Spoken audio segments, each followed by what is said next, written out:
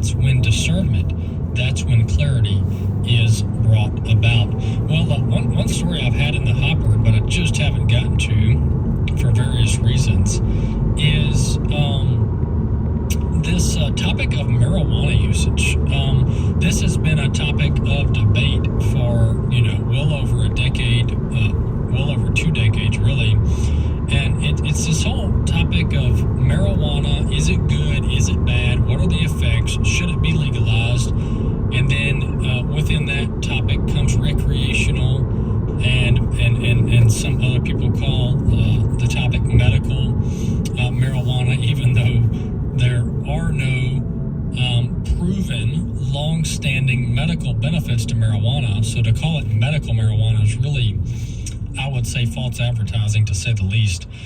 So this whole idea of marijuana being any more than a tool to get high is really a new phenomenon and very much unproven. And I came across this report out of Fox News, and this is what you're going to hear is Dr. Mark Siegel, and he's giving this report about how, well, marijuana may actually have some pretty negative side effects that a lot of people aren't talking about. Let's listen. There's a new study finding that casual pot use can be harmful to teens, in which it says that teens who use cannabis recreationally were up to 3 times more likely to be diagnosed with depression and to have suicidal thoughts. We hear a lot about efforts to legalize. We hear a lot about efforts that say, it's not a big deal. This study suggests otherwise, especially for teens. I think this is hugely important. This is in the Journal of the American Medical Association, looking at 2,000 teens. And you know what they found? And here's the headline. It's not just cannabis use disorder. It's not just teens that are smoking pot every day. It's people that are using it, and probably they're using it more than they're saying, but they were 3 times as likely to have depression, suicidal thoughts, problems with school. And you know what the real reason for this is, Brett? It's because pot isn't what it used to be. Now, the amount of active ingredient, or THC, in pot has gone from 1.5% to about 30%. So kids think that they're getting something that they can deal with, and they're really not. It's on the side of the buyer. It's on the side of the cartels that are pushing this stuff, and kids are in trouble. Depression, suicidal thoughts, and problems in school as a result. So there you have it. This is the study we're citing here was published in the Journal of the American Medical Association, or JAMA, and it comes out of Columbia University. And here's just some highlights from it. Specifically, teens who use cannabis recreationally were 2 to 3 times more likely to be diagnosed with depression and to have suicidal thoughts than those who don't use pot at all.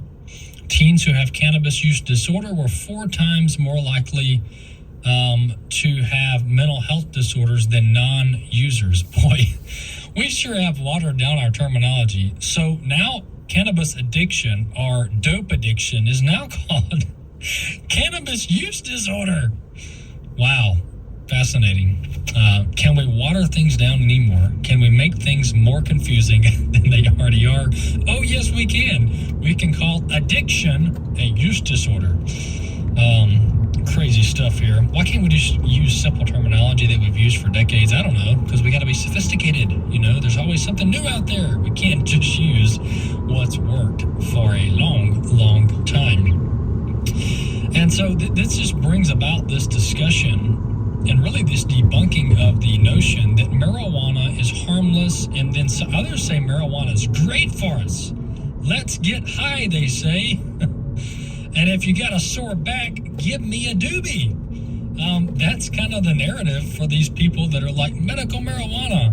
And we've said, I've said for a long time, and others have said this as well, it's not original to me, but the medical marijuana narrative is just a quick path, is just a step away from recreational. That's all it is, all right? Because that's all it is, because you follow that logic, and before you know it, medical, or rather recreational, casual smoking of marijuana will be the norm across all 50 states. So, this shows that there's a lot of research to be done on marijuana and the long-term effects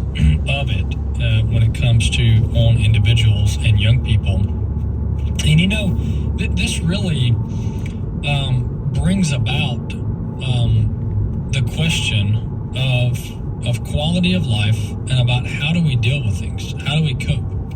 And you know, unfortunately, and this topic, this angle can apply to alcohol, it can apply to opioids, it can apply across the board to all kinds of different chemicals and things that are used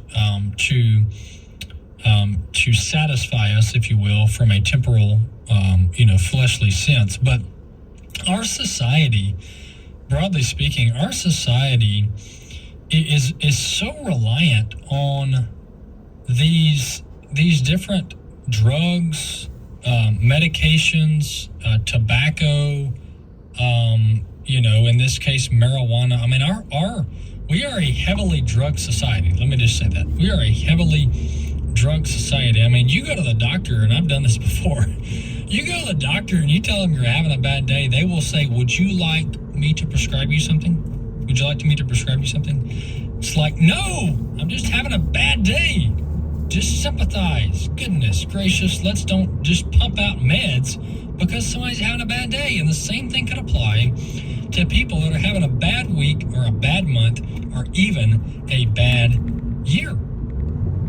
And it's so unfortunate that this is where our medical profession is. In large part, we are in the pill prescribing business. It's not about health.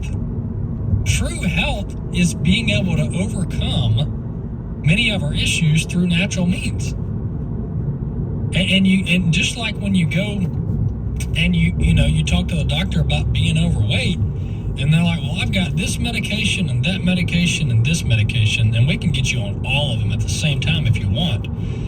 Instead, these doctors, and some do, but not all, these doctors need to be saying, okay, so you got a weight problem, so let's talk about your dieting. What's your dieting like? What's your activity level?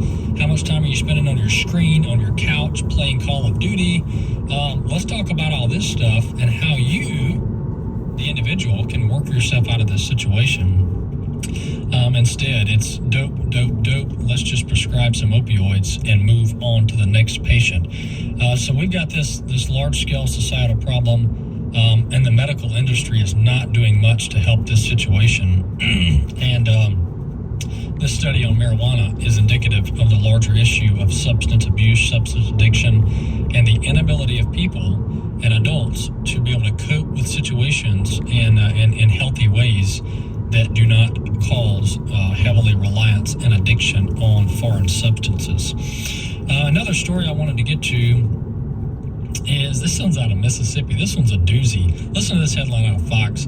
Transgender Mississippi, I'm going to replace the word. They have girl. I'm going to say dude. Fox is all in, by the way, on this transgender mania. Transgender Mississippi boy misses high school graduation after judge denies dress code appeals. So just to give you a little background here, this high school student, who is a biological male, a dude with male body parts, he decided that he feels like a girl and he wants to wear a dress to graduation. And thankfully, these school officials said, I don't think so. I don't think we're going to do this. We're not doing this. We're not going down the crazy train. So, the school officials down at Harrison Central High School in Mississippi, they said, I don't think so. Graduating men are expected to wear white shirts and black slacks, while girls are expected to wear white dresses. So basically, if you're a boy, which you are, you're going to wear a white shirt and black slacks. If you're a girl, then you can wear a white dress. Otherwise, don't come to graduation.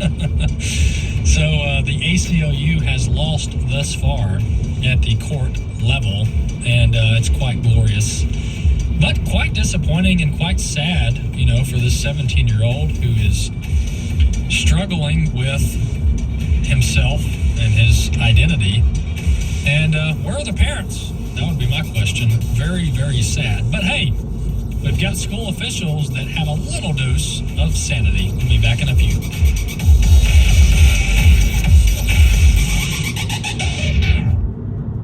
is Abraham Hamilton III with AFR, and we're sending Bibles to Asia. Here's Michael with Bible League International. Persecuted believers in Asia, they love their enemies and they count it all joy to suffer for the Lord. Abir is a former Islamic leader in Bangladesh. When he became a believer, he was beaten, verbally abused, his home was vandalized, he was forced to move to another city, and he was labeled a traitor. But he holds to the precious promises of God he reads every day in his Bible. I asked Abir, beaten, cast out. It's so easy to hate people that do this to you. He said, no, I love them. Christianity is growing fastest in the world in the region of Asia, but 9 of 10 believers here have no Bible. We're a third of the way to our goal to bless 16,000 Bibleless believers.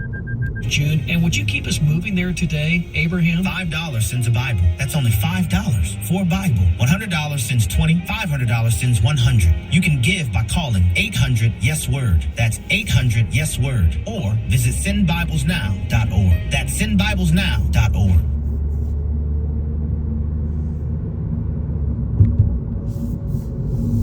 Feel she must always be right? Raising a know-it-all can be exhausting, especially when you feel like there's no right move. Do you correct her? Do you just go with it?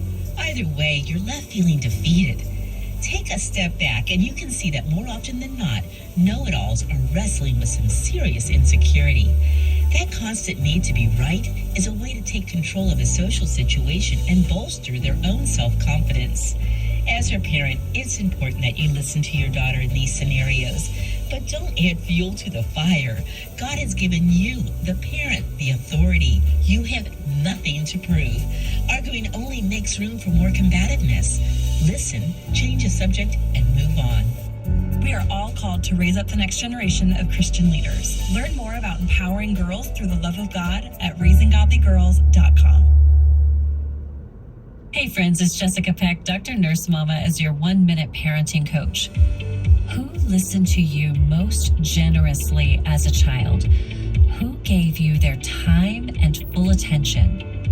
Generous listening invites a posture of curiosity. You have to be vulnerable and willing to be surprised. Let go of your assumptions and be willing to accept you can't fix everything. We often listen to our teens defensively, focusing our thoughts on what we want to say. Our goal is managing their behavior when it should be pursuing their heart. I challenge you to nurture curiosity in your conversations with your teen. Ask questions. Be vulnerable. Don't try to fix it. Listen generously. I'll see you on the Dr. Nurse Mama podcast here on American Family Radio. At the Core podcasts are available at AFR.net. Now, back to At the Core on American Family Radio. Welcome back to The Core here on American Family Radio. Glad to have you with us today on the program. This is our Friday edition of The Core. We'll have Chris Woodward on with us in the last segment. If you